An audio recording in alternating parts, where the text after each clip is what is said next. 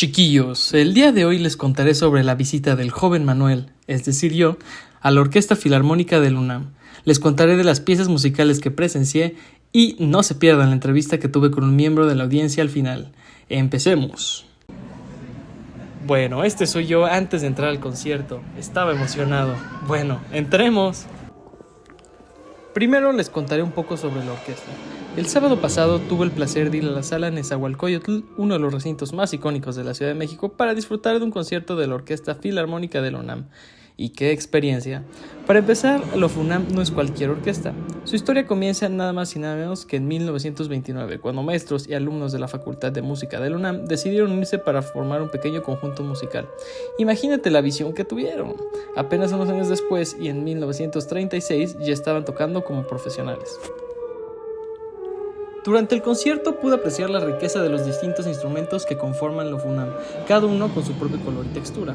Las cuerdas, como violines, violas, violonchelos y contrabajos, se entrelazan de manera mágica, aportando melodía y profundidad.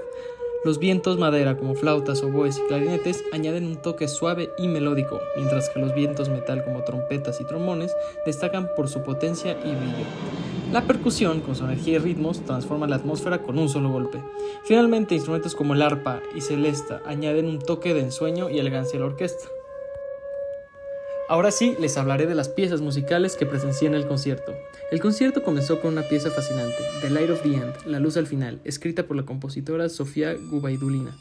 Esta obra tiene una historia muy interesante. Fue encargada por la Orquesta Sinfónica de Boston tras la interpretación de su concierto para viola en 1997, pero no fue hasta 2003 que la obra se completó. El estreno mundial se dio en el Symphony Hall de Boston bajo la dirección de Kurt Masur y ahora tuve la suerte de escucharla en vivo. The Light of the End está llena de contrastes y tensiones, algo que la compositora menciona directamente. El conflicto en la obra surge entre dos elementos principales, uno basado en sonidos armónicos naturales, esos sonidos puros y resonantes que escuchamos en las cuerdas, y otro que utiliza la escala temperada de 12 tonos, lo que introduce disonancias y un lenguaje más moderno y abstracto. A lo largo de la pieza, estos dos mundos musicales parecen luchar y al final se resuelven en una especie de paz. Gubaidulina demuestra su maestría en la orquestación, explorando todo el potencial de la orquesta. Los pasajes suaves, con violines usando armónicos cristalinos, contrastaban con explosiones de tensión impulsadas por metales y percusión.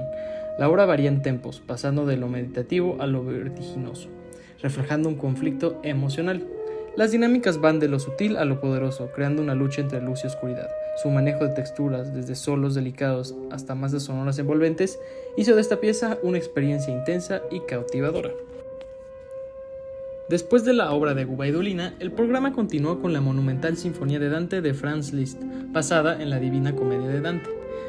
Desde los primeros compases, el infierno se despliega con tempos rápidos y una orquestación intensa que evoca caos y desesperación. Los violines y violas tocan pasajes frenéticos, mientras los bajos y metales generan sonidos ominosos. Las dinámicas fluctúan entre fortísimos violentos y pianísimos casi inaudibles, captando la tortura eterna de las almas condenadas. En el Purgatorio, la entrada del coro de niños añade una dimensión espiritual con un contraste claro respecto al caos anterior. Las cuerdas crean texturas suaves, mientras los vientos, como clarinetes y oboes, aportan momentos de reflexión. A pesar de la calma, la percusión marca la gravedad de la penitencia. En el lado técnico, Liszt fue innovador con la instrumentación y el manejo de tempos, alternando entre la furia del infierno y la solemnidad del purgatorio.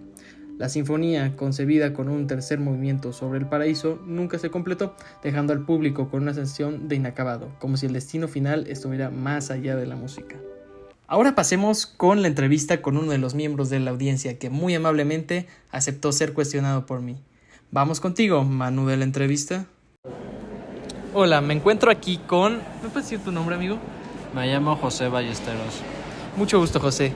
Bueno, te quiero preguntar, durante este concierto, ¿qué fue lo más relevante que experimentaste?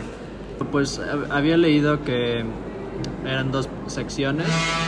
Bueno, como yo lo experimenté, era que se trataba como de una especie de discordia rara. Por un lado habían instrumentos muy sonoros y muy pesados, y por el otro lado había como una especie de esencia como mágica, con instrumentos mucho más livianos, sentí. diría que era como una especie de entorno divino, en una palabra, y realmente fue algo que fascinante que jamás había visto en mi vida.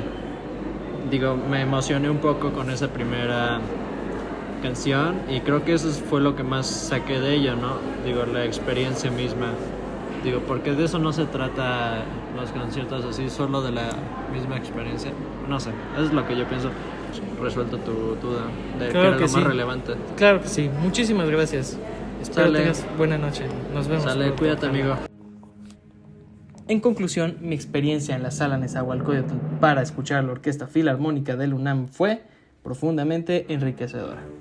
Aprendí no solo sobre la majestuosidad de la música sinfónica, sino también sobre la importancia de abrirme a nuevas experiencias culturales.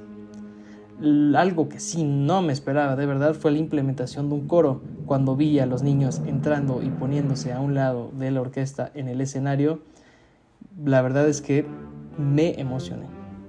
La entrevista que realicé con uno de los espectadores me brindó un nuevo punto de vista, destacando cómo la música puede tocar a las personas de maneras únicas y personales, sacando distintas interpretaciones.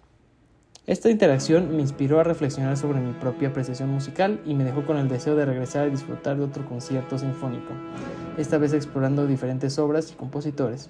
Estoy emocionado por las nuevas melodías y emociones que me esperan en el futuro, pero eso es una aventura para el Manuel del futuro.